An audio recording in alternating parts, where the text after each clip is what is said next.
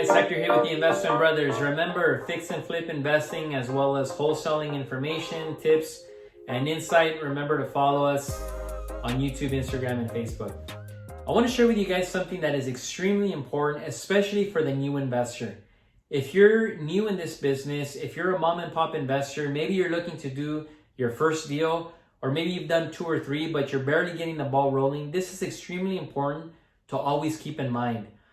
At the beginning of your investing career, you're going to come across a lot of different people pitching you a lot of different things. If you're soliciting to agents, to wholesalers, or even if you're going after private party deals, you're going to look at a lot of addresses, and the vast majority of those you're going to have to turn down for various reasons. Maybe it's too tight of a deal. Maybe it needs more work than you can handle. Maybe the deal just comes with a lot of problems that just is not within your risk tolerance, and you're going to have to turn it down. But always remember, don't ever feel bad. Don't ever feel ashamed. Don't ever feel pressured because you're turning people down. You're turning addresses. You're turning deals down. Always remember that as a small investor, as a mom and pop investor, you have a huge advantage over other larger investors. Today in the residential real estate space, not just in California, but really all over the United States, there's a lot of institutional money that's going after deals in the residential 1 to 4 unit space. And what I mean by that is New York hedge funds, even international money, especially out here in California, we get a lot of that. And the big challenge that they have as opposed to the smaller investor is that they have an investment mandate that they have to adhere to. They have to buy a certain number of deals every month, every quarter, or every year. They have a large pool of money that they have to put to work, because if they don't put it to work, the investors will take their money out. And so that's a lot of pressure. So they tend to buy things that sometimes are marginal deals, and they don't always make money on every deal that they buy, but they make money on the majority of them. So their idea is they're going to make it up in volume. We're going to make more on the ones where we make profit than the losses we take on the losers. And that's how they come out ahead at the end of the year. But you as a small investor, you have a huge advantage that they don't, is that you can do what Warren Buffett always talks about when he compares investing to baseball. He says, in baseball, you only get 3 strikes. You can only take 3 strikes before you strike out. Investing is totally different, because you can actually stand in the batter's box and look at pitch after pitch until you find the perfect pitch for you, and you can take a good swing at it.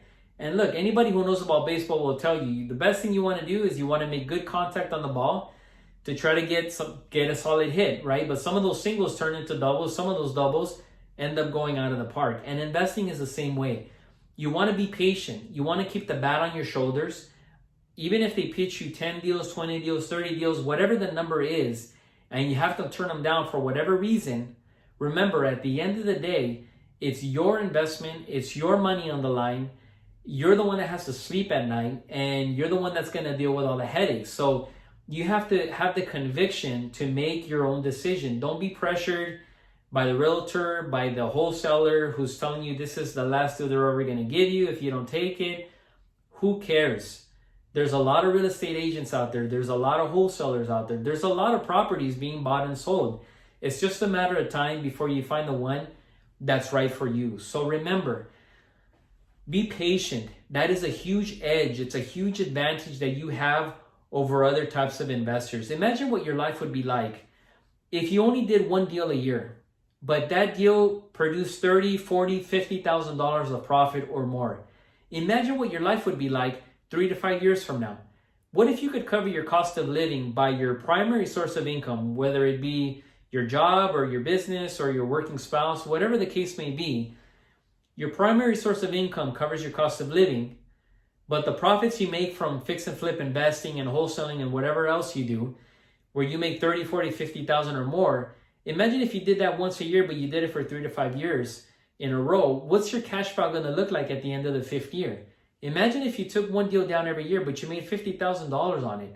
That's $250,000 of profit at the end of 5 years. You can do a lot with that money. You can continue to invest it into other investments. You can pay off your mortgage. If you have a mortgage, look, you can do a lot of things with $250,000. But in the frenzy of trying to get deals down, of trying to get the first one, of, you know what, this person's called me on 10 addresses, I've had to turn them down, I feel bad. Maybe the next one that comes down the pipe, I'll take it. Look, that kind of thinking is going to cause you to lose your money. Remember, at the end of the day, it's your money, it's your decision, it's your property. You're the one in the hot seat. So make sure that you're disciplined. Make sure that you're patient, that you wait for your pitch.